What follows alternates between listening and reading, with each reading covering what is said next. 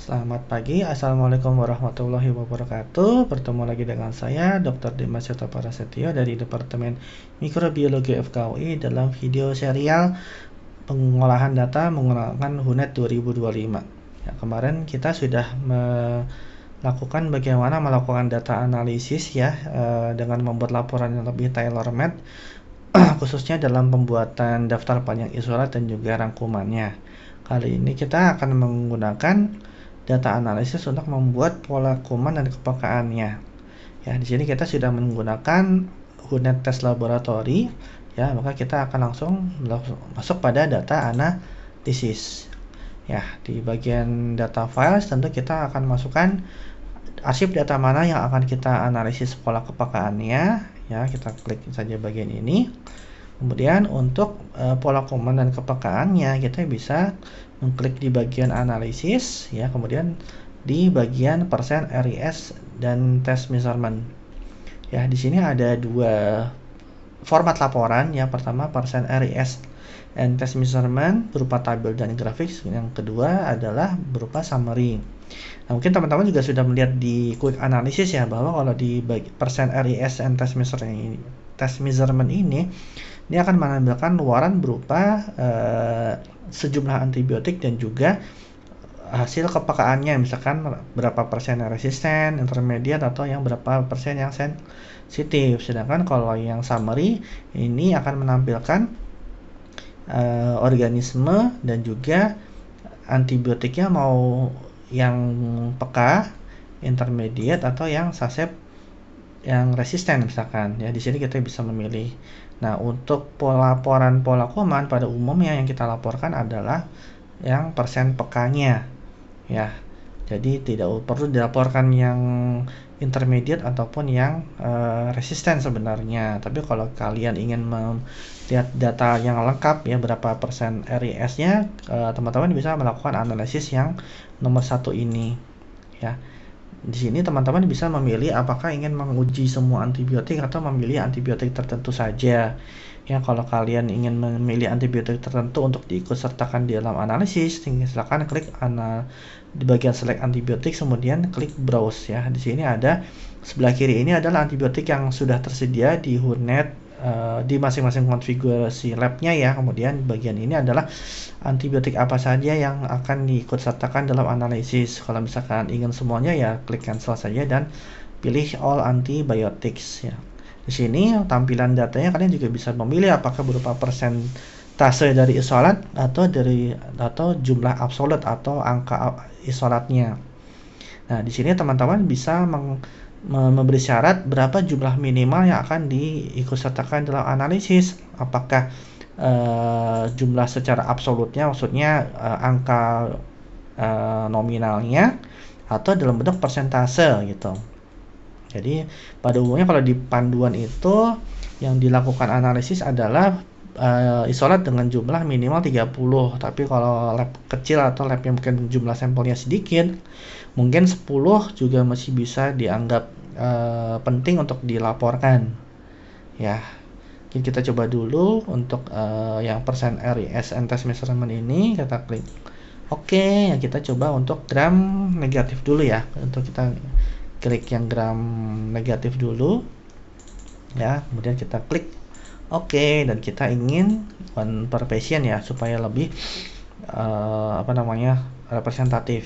Kita klik oke ya. Kemudian kalau misalkan di lab teman-teman menggunakan lebih dari satu metode, jangan lupa mengklik combine this MIC atau atas ini.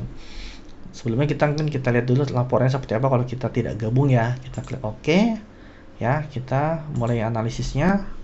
Maka tampilannya adalah seperti ini ya. Ini karena mungkin kebetulan semuanya adalah cakram ya, jadi tidak ada MIC, tidak ada e-test ya, berarti semuanya homogen nih, cakram semua ya. Kita bisa lihat ini gram negatif organisme, kemudian ini antibiotiknya apa saja ya, kemudian ini breakpoint yang diadakan di dalam HUNET-nya. Jadi kita lihat jumlah isolat dari seluruh gram negatif yang diujikan terhadap cotrimoxazole misalkan ada 264 ya, dimana kalau sebarannya adalah berapa persen yang yang resistennya ternyata ada 15,2%, di sini ada yang intermediate 1,1, di sini ada 83,7. Kalau teman-teman lihat di sebelah kanannya ini adalah ukuran diameter zona hambatnya nih, mulai dari kurang dari, kan dia breakpointnya 11 sampai 15 ya, berarti mulai dari 10 ke bawah itu adalah resisten. Makanya kalau teman-teman lihat di sini persentasenya kan 15,2. Nah, itu merupakan gabungan dari 14,8 ditambah 0,4. Ya, kalau digabung ini sama ini, maka hasilnya adalah 15,2% yang resisten terhadap cotrimoxazole. Sedangkan yang intermediate tadi ada 1,1%. Nah, kalau di sini teman-teman lihat ada chloramphenicol yang ternyata ada tanda tanya ya gitu. Nah, kalau ada tanda tanya berarti ada sejumlah isolat yang kita tidak tahu ini sensitif atau intermediate atau resisten gitu. Entah mungkin memang breakpointnya pada isolat tersebut tidak ada ya, makanya dia tidak bisa menentukan tidak bisa menentukan ininya apakah dia sensitif, intermediate atau resisten ya. Kemudian jadi kalau kita lihat, kalau kita misalkan kita klik yang resistennya, makanya kita lihat sebaran dari yang antibiotik yang resisten terhadap antibiotik tersebut gitu, gram negatif yang terhadap antibiotik tersebut. Kalau kita klik yang susceptible, maka dia akan berubah menjadi sebaran antibiotik yang masih peka ya, dengan ragam persentasenya mulai dari yang 0% ya ampicillin sampai yang kira-kira 100% itu ceftazidime ya ini. Nah, kemudian kita klik OK, dan begitu pula untuk yang gram positif kita juga bisa lakukan hal yang sama ya, kita buat ke gram positif, kemudian kita klik OK, yang kita mulai bikin analisis untuk yang persen RIS and test measurement. Ya, di sini kita bisa lihat hal yang mirip ya. Jadi ini ada zona kepekaan diameter zona hambatnya, yang merah ini yang resisten ya, kemudian ini yang intermediate, hijau adalah yang sensitif ya. Kalau kalian teman-teman lihat di sini ternyata ya dia breakpointnya tidak ada ya untuk yang ampicillin, untuk yang ada yang ditesnya terhadap ampicillin tapi dia tidak ada breakpointnya sejumlah 112 ya. Makanya banyak yang tidak bisa diketahui ini sebenarnya resisten, intermediate atau sensitif itu ya. Kemudian kita klik continue ya. Kemudian kita akan lihat analisis yang berikutnya, yaitu yang berupa summary ya. Kalau summary ini kita bisa pilih hanya mencantumkan yang susceptible saja misalkan, atau mau yang resisten saja juga nggak masalah, tapi yang untuk pelaporan kita pakai yang susceptible ya. Kita tinggal klik OK saja, maka kita tinggal mulai bagian analisis. Nanti tampilannya langsung dia akan menyajikan semua yang sensitif atau persentase yang sensitif saja. Ini kalau teman-teman lihat ada yang dia 19, 16, bahkan ada yang 1 ya gitu. Kalau tadi kita klik di analysis type kemudian di number of isolate-nya 20, maka kita bisa langsung memotong bahwa hanya sekian saja yang memang langsung dilakukan analisis gitu ya. Kalau tadi teman-teman mungkin ingat di bagian yang quick analisis ya, kan tadi kayaknya bakterinya juga cuma 3 ya, berarti dia sudah melakukan pensortiran, yaitu hanya menganalisis yang lebih dari 20 saja gitu.